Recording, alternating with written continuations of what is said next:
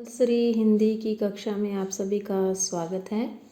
आज हम केदारनाथ अग्रवाल द्वारा लिखी गई कविता पढ़ेंगे। यह धरती है उस किसान की। कल हमने पढ़ी थी केदारनाथ अग्रवाल की कविता मैंने उसको जब जब देखा कविता। यह धरती है उस किसान की जो कविता है केदारनाथ अग्रवाल की। इस कविता के अंदर धरती को किसकी बताया गया है? किसान की। क्यों बताया गया है? क्योंकि किसान ही है जो धरती पर अनाज को उगाता है, हम सभी के लिए अन्न उत्पन्न करता है, अर्थात वह पूरे संसार का पेट भरता है। तो इसीलिए धरती को किसान की बताया गया है। यह धरती है उस किसान की जो बैलों के कंधों पर बरसात धाम में जुआ भाग्य का रख देता है। इस कविता में कवि कह रहा है कि ये जो भारत भूमि है या धरती है, यह उस किसान की है जो बैलों के कंधों पर हल चलाता हुआ बरसात के आस के अंदर या बरसात आने से पहले क्या है, वो बैलों को के कंधों पर हल को डाल करके और वो जोतता है, पूरे खेत को जोत देता है और उसके अंदर बीज डाल देता है। मानो वह अपने भाग्य का जुआ खेलता है कि बरसात होगी नहीं होगी, यह तो ईश्वर पर निर्भर करती है, लेकिन वह क्या है, पूरी धरती को जोत देता है और उसमें बीज उत्पन्न करता है, अर्थात बीज को उसके अंदर रोप देता है। खून चाटती हुई वायु में पैनी कुश्ती खेत के भीतर दूर कलेजे तक ले जाकर जोत डालता है, मिट्टी को पास डालकर और फिर बीज बो देता है। अर्थात कितनी भयंकर गर्मी हो वह यह नहीं देखता, खून को भी सुखा देने वाली जो गर्म हवाएं चलती है, उस हवा के अंदर भी वह अपनी पैनी कुशी से, जो खेतों को जोतने के लिए जो यंत्र काम में लिए जाते हैं, उनके बारे में बताया है कि जो पैनी कुशी है उससे मानो वह धरती का जो कलेजा है, दूर तक धरती का कलेजा जोत देता है और उसके अंदर क्या है, फिर बीज रोप देता है।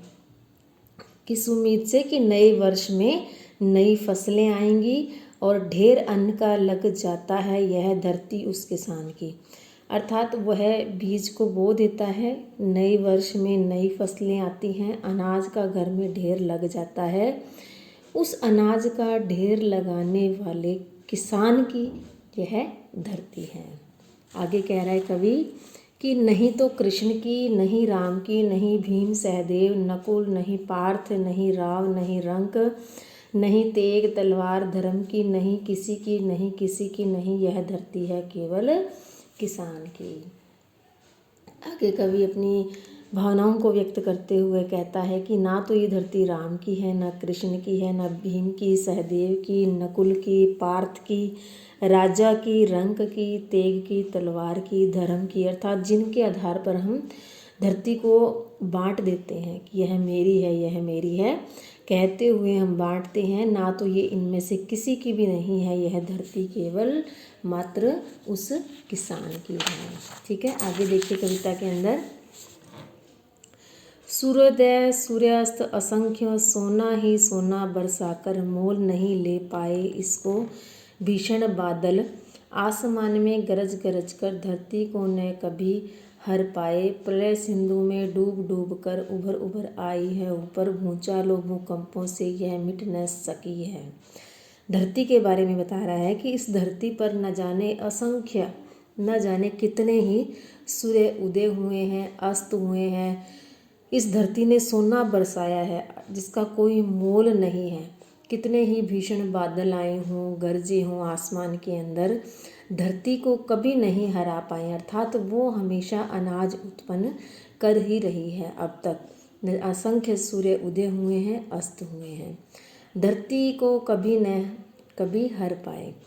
कितनी ही प्रलय आई हैं, प्रलय सिंधु आया है, सागर में भी क्या है, सागर में प्रलय की लहरें उठी हैं उभर आई हैं ऊपर भूचाल और भूकंप, यह मिट न सकी। अर्थात इस धरती पर न जाने कितनी ही प्रलय आई है, कितनी बार कितने ही भूचाल भूकंप आए हैं, लेकिन फिर भी इस धरती का अस्तित्व नहीं मिटता है, ना ही कोई मिटा सकता है। यह धरती है उस किसान की जो मिट्टी का पूर्ण पारखी, जो मिट्टी के संग साथी।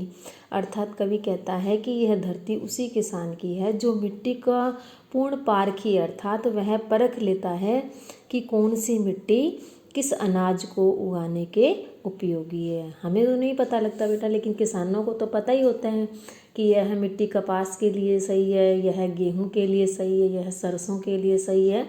तो वह मिट्टी का क्या है, पूर्ण पारखी है, हमेशा मिट्टी के साथ रहा है, तो मिट्टी का मानो वह संगी साथी है। तप कर गल कर जल कर मर कर खपा रहा है जीवन अपना।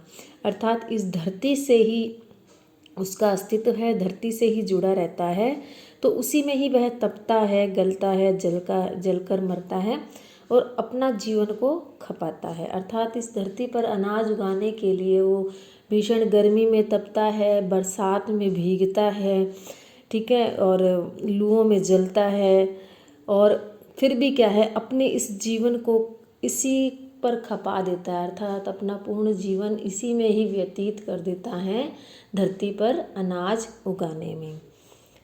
देख रहा है मिट्टी में सोने का सपना, मिट्टी की महिमा गाता, मिट्टी के ही अंतस्थल में अपने तन की खाद मिलाकर मिट्टी को जीवित रखता, खुद जीता है, यह धरती है उस किसान की। अर्थात इस मिट्टी के अंदर वह सोने का सपना देखता है, अर्थात कि इस पर स्वर्णिम फसलें लहराएंगी।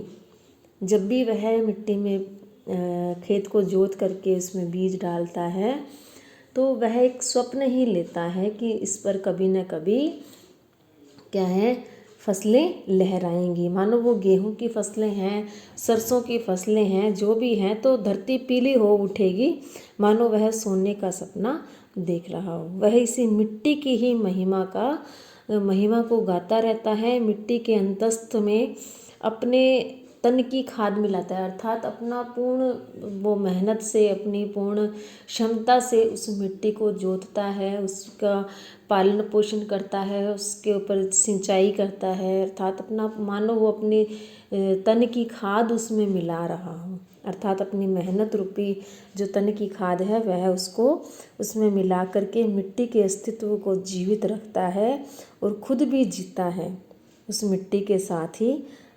असली में यह धरती उसी किसान की है। तो यहाँ यह कविता समाप्त होती है।